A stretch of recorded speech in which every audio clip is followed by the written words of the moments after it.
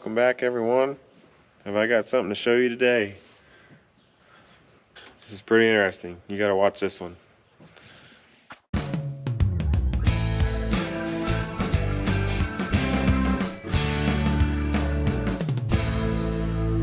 So today I'm going to show you this fancy birdhouse we got here. And if you look, it's not actually just a house, it's a trap. So I want to show you this starling trap. I found this starling trap design on the internet, and I got the link in the description below.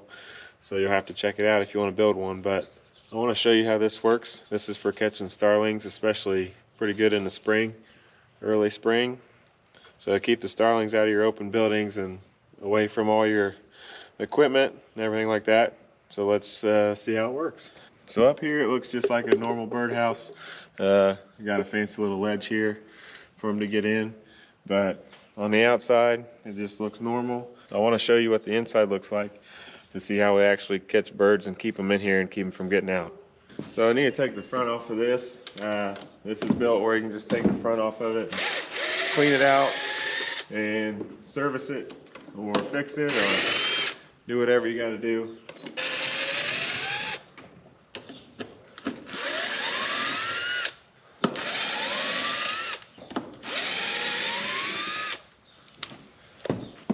We'll take the front off.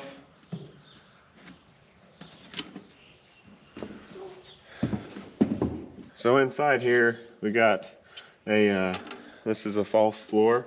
So basically the birds will fly in here and it's weighted with fish weights. So the birds fly in, they knock this false floor down, they fall down here to the bottom, and then obviously they can't get back up and out because it's blocked up here at the top. So when the bird's flying in here, they can't get out. So if you see, there's a little hole right there in the back. There's a hole back there. This goes into this PVC tube and down to the cage.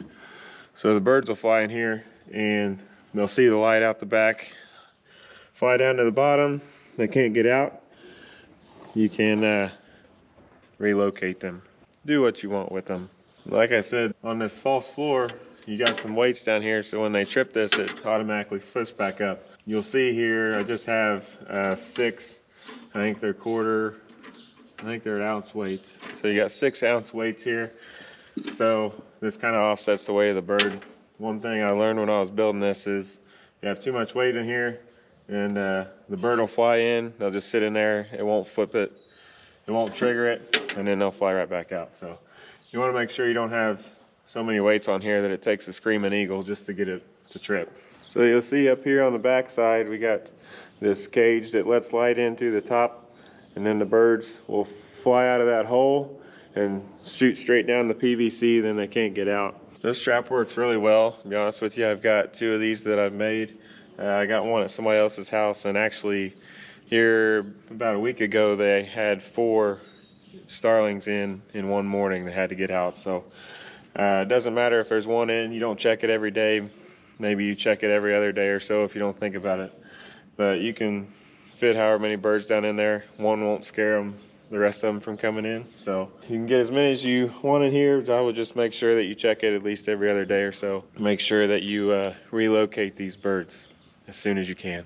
When you get down here to the bottom, we got a removable floor here. This has zip ties and screws.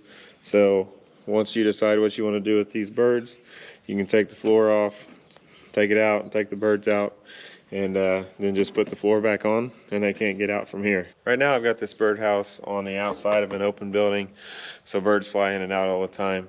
And it's a pretty good spot for them to come in, and they'll fly in here, kind of get out of the weather, and then they'll go in here, think they're going to build a home, and then that's how you trap them and catch them. The other one that I have out is out on a clothesline pole out in the open, pretty low, maybe about 8 feet high.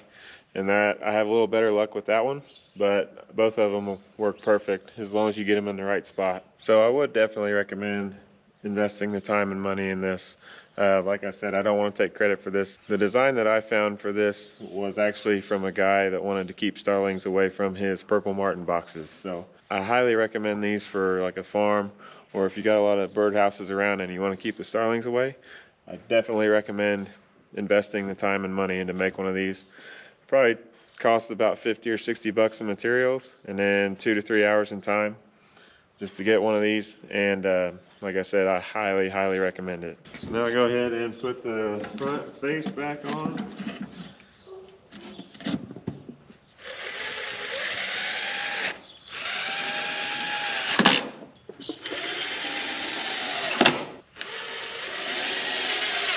Like I said, I do highly recommend this. Make sure you check out the link in the description below.